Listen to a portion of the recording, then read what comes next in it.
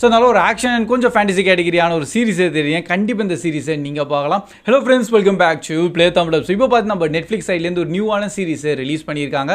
நம்ம நெரோ த அசாசின் சொல்லிட்டு total 8 episodes தான். அண்ட் ஈச் எபிசோட் ஆல்மோஸ்ட் ஒரு 40 மினிட்ஸ் ஒரு டியூரேஷனோட தான் இருக்கும். தரமாக கிரியேட் பண்ணியிருக்காங்க. இனிஷியலாக நான் பார்க்கும்போது லைக் ஓகே ஏதோ கொஞ்சம் லோ பட்ஜெட் மாதிரி தான் இருக்குது, ட்ரெய்லர்லாம் பார்க்கும் அப்படி தான் தெரிஞ்சுது.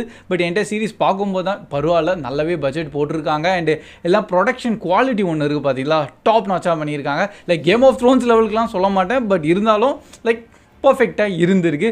கான்செப்ட் ஸ்டோரி பார்த்து நம்ம நெரோன்னு சொல்லிட்டு இவர் தான் மெயினான நம்ம ஹீரோ. அவர் வந்து ஒரு டாப் லெவலான ஒரு அசாசின்னு.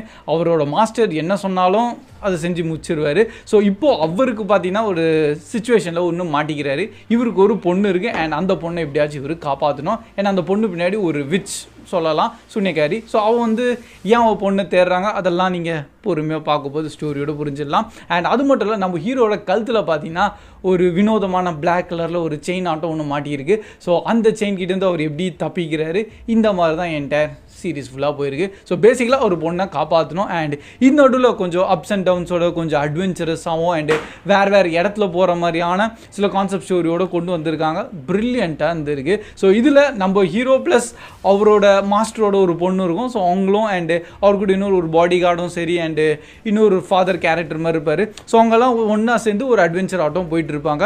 இந்த நடுவில் பார்த்தீங்கன்னா இந்த யூனிவர்ஸில் லைக் இது ஃபுல்லாகவே ஒரு ஹிஸ்டாரிக்கல் கேட்டகிரியாக கிங்ஸு அந்த மாதிரி தான் இருப்பாங்க. அண்டு அவங்களுக்கு கீழே பார்த்தீங்கன்னா ஒரு வினோதமான ப்ரொடெக்டர்ஸ்ன்னு சொல்லிட்டு ஒரு டிஃப்ரெண்ட்டான ஒரு பீப்புள் சுற்றிட்டு இருக்காங்க.